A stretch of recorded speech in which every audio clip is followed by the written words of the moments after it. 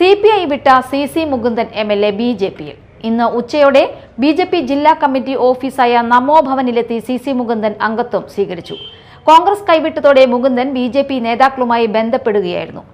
BJP പ്രവേശനം ഉറപ്പിച്ചതോടെ sitting സീറ്റായ Nattika നിയമസഭാ മണ്ഡലത്തിൽ CC മുകുന്ദൻ BJP സ്ഥാനാർത്ഥിയാകും.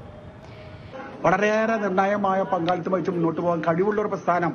അതിലേക്ക് ഇനിയും ഞാനും കൂടി വരുമ്പോൾ ഇനിയും ഒരുപാട് മാറ്റങ്ങൾ ഈ രാജ്യത്ത് ഉണ്ടാകും എന്നുള്ള പ്രതീക്ഷയോടു കൂടിയാണ് വന്നിട്ടുള്ളത്. എന്റെ ഏറ്റവും വലിയൊരു ആഗ്രഹം ജനങ്ങളോട് താല്പര്യം സംരക്ഷിക്കുക, പാവപ്പെട്ടവരുടെ ജീവിതത്തിൽ എങ്ങനെയൊക്കെ മെച്ചപ്പെട്ട സാഹചര്യം ഉണ്ടാക്കി കൊടുക്കാൻ കഴിയുക എന്നൊരു പ്രതിജ്ഞയാണ് എന്റെ മനസ്സിലുള്ളത്. അത് നിറവേറ്റുന്ന നിലയിൽ എന്റെ കൂടെ വന്ന് എന്നെ സഹായിക്കുന്ന ഈ പ്രസ്ഥാനത്തോട് എന്നും കൂറുപുലർത്തി ഞാൻ മുന്നോട്ട് പോകും എന്നൊരു പ്രതിജ്ഞയാണ് ഈ അവസരത്തിൽ പറയാനുള്ളത്.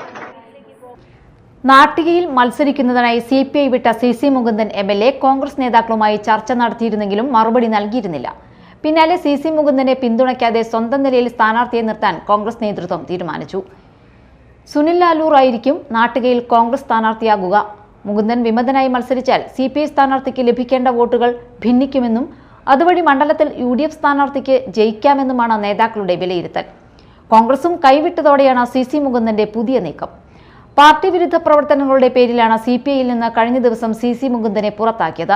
മണ്ഡലത്തിൽ മുകുന്ദന് പകരം മുൻ MLA ഗീതാ ഗോപിയെ സ്ഥാനാർത്ഥിയായി CPI നേതൃത്വം പ്രഖ്യാപിച്ചതാണ് പ്രശ്നങ്ങൾക്ക് കാരണം. ഗീതാ ഗോപിയുടേത് പേയ്മെന്റ് സീറ്റെന്ന് വിമർശിച്ച CC മുകുന്ദൻ പണം പിരിച്ചു നൽകാൻ കഴിയാത്തതിനാലാണ് തന്നെ ഒഴിവാക്കിയതെന്നും ആരോപിച്ചു. ആദ്യഘട്ടത്തിൽ മുകുന്ദനെ പിന്തുണയ്ക്കാൻ കോൺഗ്രസ് നേതൃത്വം ആലോചിച്ചിരുന്നെങ്കിലും ഇപ്പോൾ അവർ പിന്മാറുന്നത് മുകുന്ദന് തിരിച്ചടിയാണ്. ഇതോടെയാണ് BJP ജില്ലാ കമ്മിറ്റി ഓഫീസായ നമോ ഭവനിലെത്തി CC മുകുന്ദൻ അംഗത്വം സ്വീകരിച്ചത്.